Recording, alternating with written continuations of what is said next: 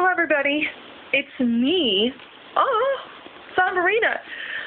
And I was watching this just ridiculously made video. It's a promo for a Christian website about creationism and intelligent design.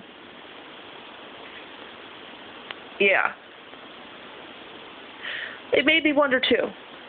It's like, It's like a car salesman trying to sell motorcycles. They're semi-similar, but they're very, very different things. There's no such thing as an intelligent design creationist. There is not.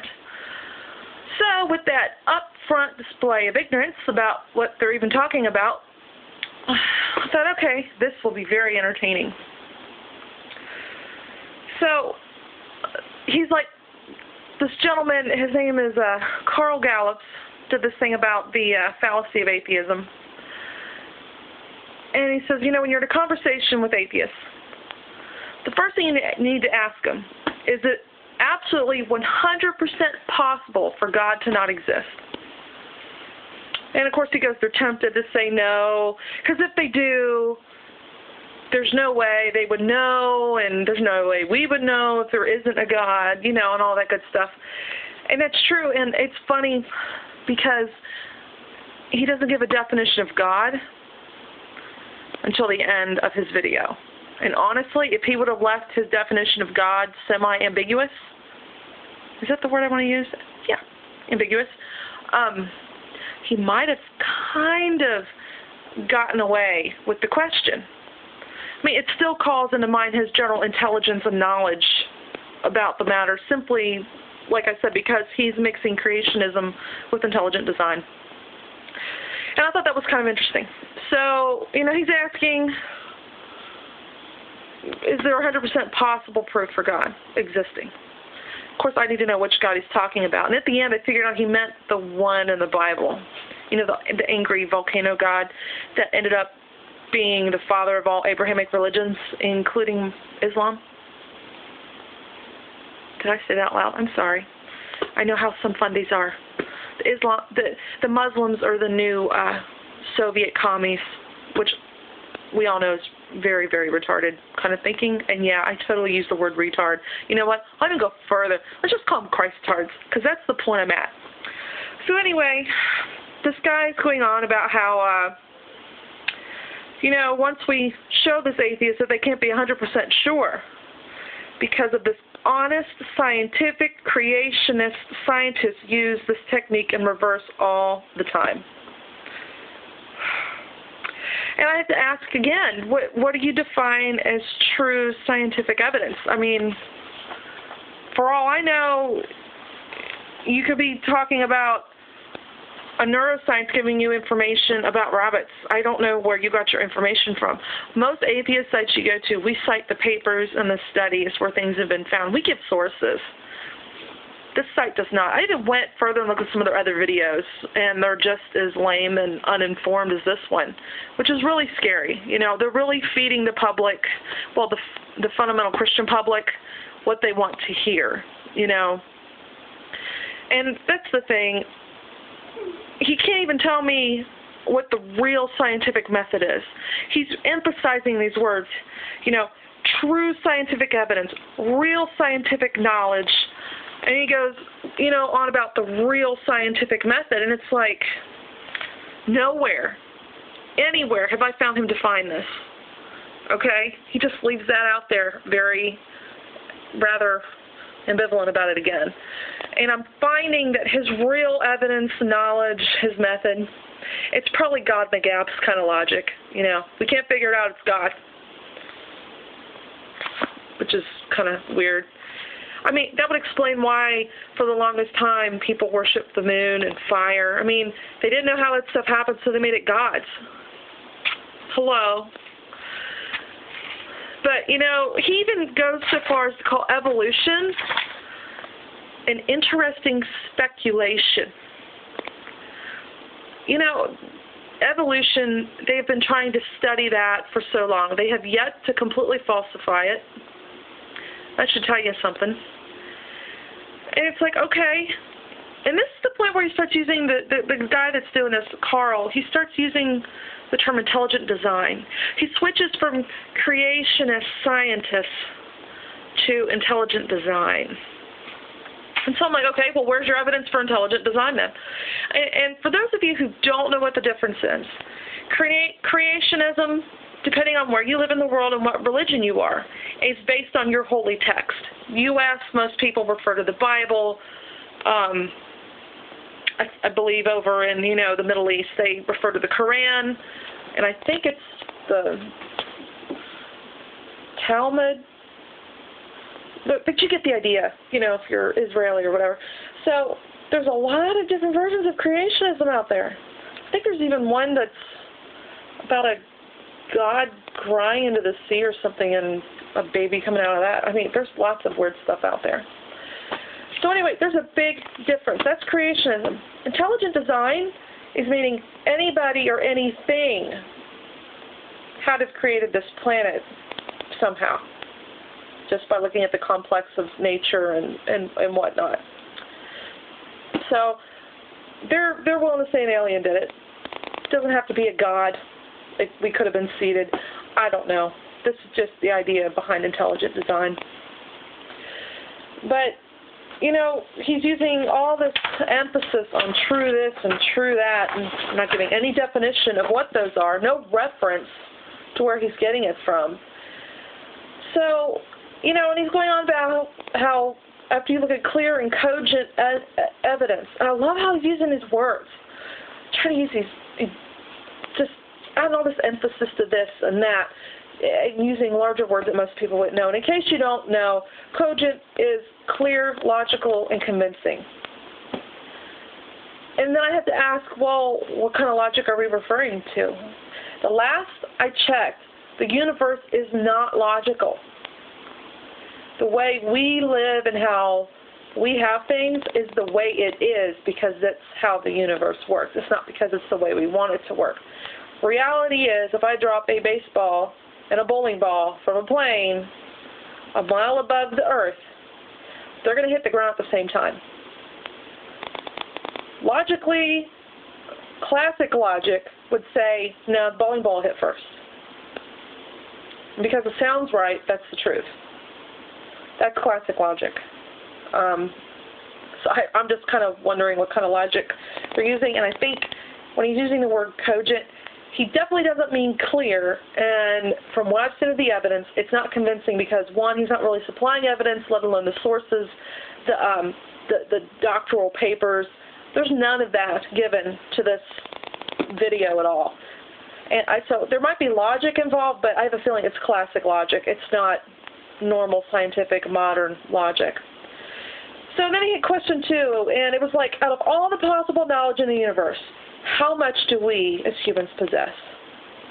This is a question that did not need to be asked. This is an empowerment question to kind of get the person starting to feel pumped up about what they're seeing. And, what I liked was he mentions that there's an infinite amount of knowledge. Most people like Mr. Carl Gallup, probably like William Lane Craig, I'm going to leave it. William Lane Craig, they really don't believe in infinites. And the reason they don't like infinites is because they're not consistent. He's like, well, you got contradictions. And it shows that even William Lane Craig doesn't understand how it works because, honestly, infinites are deterministic. Every single one of them are. There might be 10 different formulas, but guess what? They're deterministic. So I was kind of surprised that they even used the word infinite amount of knowledge. And I'm hoping he doesn't go by quantitative definition, or I hope he does, because if he tries to hide behind qualitative, to say something's infinite, are you using sarcasm then as an adjective? Because last I checked, infinite is infinite, meaning never runs out, goes on forever. And then last I checked, science doesn't even claim to have all the answers. And I'm glad of that fact because it leaves new things to discover and enjoy every day. I mean, how fantastic is that? Every day there's something new discovered. Every day there's something new. It's amazing. It's fantastic, I don't understand why it's a bad thing. But this, like I said, this is the empowerment part of the video to make you feel confident in the nonsense that you're being not even forced to swallow. Most people willingly gulp this shit down. I guess because they have an inferiority complex and they really like to fight. That's all I can think. But you know, last I checked, I thought Christians were the one that actually acted like they knew everything, because in their mind there's an architect for everything, and the main architect is God. Therefore, everything comes from God, so they have an answer for everything, even if they don't know how. It sounds like your know-it-all Christ-tard attitude is being projected onto the atheist. I am more than happy to say, I don't know. Makes sense to me. Why would I say God did it and just fill in the gap and be lazy about my understanding of the world? Yeah, I took notes on this because I was just wowed at the ignorant stupidity and outright biased bullshit that was being spewed in this video. And whoever uploaded this, I don't think it was the actual Carl Gallup's fellow, which is kind of sad because Carl Gallup was getting his ass reamed big time, I'm sure, across the internet boards because some dumbass posted this. And on top of that, they won't even let you completely post a comment without approval. And, of course, the polite questions I asked, where I said, hey, I'm just curious what your definition of God was and your scientific evidence. Can I just have some of your sources? They didn't post that one, but they sure as hell posted the one I put down later saying, you know, you haven't answered any of these questions. You're not posting anything without approval. Real classy, dude. Of course, they posted that one. So it's kind of sad. But the video goes on. And ironically, you get a lot out of this video in like the few minutes that it runs. But the main thing I came across was that this guy goes on some more about the whole information thing. He's giving numbers. Oh, well, we probably had 1% of the information in the universe. Dude, as far as I'm concerned, we have 0. We haven't been around long enough to even hit 1% yet. I'm sorry. There's just no way. We don't know everything or enough yet. And as an atheist, having as much information available at this time that I have, yes, I don't believe in any kind of deity of any type. 0. I actually did another video about how I defend my atheism. And my biggest thing is, in the day and age we live in right now, with cell phones, movie tricks, and magic, we're finding, you know, all these amazing things we can do with stem cells, where we can reverse aging, all kinds of things. Like I've said before, if a being came down to this planet and short of rearranging the stars in the sky, and frankly, I'd have to be out in the universe physically there watching the stars be moved. But, I mean, it's an alien who has abilities I don't have.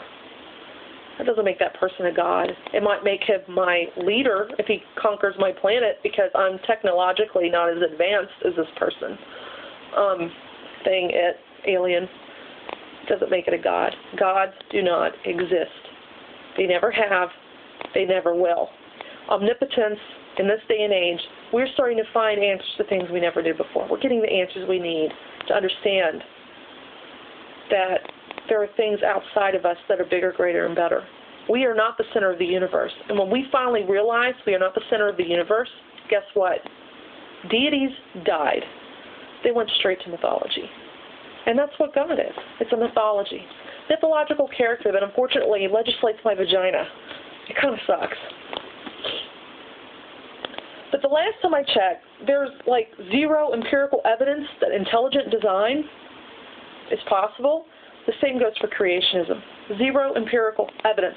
There's not even any contemporaneous reports, accounts, anything out there to even prove the God of the Bible, let alone Allah and, you know, Shiva and all these other gods. They go straight to the back in the mythological level. You know, and I keep hearing this whole thing about basically at the basic level, the atheist doesn't believe in God because we choose not to believe in God. And it's such another obvious statement. At the basic level, we all choose to believe or not, under the exact same circumstances and evidence that was provided. Because everything I've ever come across, and believe me, I was 20 years Pentecostal. I've seen a lot of bullshit in my day that's not backed up. When you have the exact same circumstances of knowledge, more and more people, when they get away from their family and go out into the world of Satan and start looking at the reality of how the world works, not the rose-colored glasses to make it look like how we want it to, you realize there's no room for a God. There's no room for a deity. The only illogical examples of choice I've seen has come from this Gallup fellow. We all don't have all the information. We all have seen evidence on both sides of the fence, and we all see things in our own way. Everything is subjective. Nothing is objective. And with that said, if I can get the page to turn, because, I was drawing the other day. At the end of this video, he quotes a line from the Bible where God says, "The fool has said in his heart, there is no God." That's how I knew he was basing this whole thing on the Bible. And that closed the door for me. I'll never, ever believe the Bible version of anything. Honestly, I say the Bible declares the fool has said in his heart, there is a God. Because obviously you're ruling with your heart and your emotions and not your mind. You're not using those critical thinking skills that were supposedly instilled by this omnipotent, all-knowing guy. You have zero evidence all around the board, let alone the fact that your God and the mistranslated works of his divine inspiration in the Bible is your main source of proof. Cite your real evidence. Cite your legitimate sources. Not the philosophers, not William Lane Craig. He's not a source. He's a fucking philosopher. He doesn't study science. He doesn't study how the stars work. He barely understands any of that shit. Show some real, cited evidence and sources. Things that can be proved false. How hard is that? Cite your sources or, get the fuck out.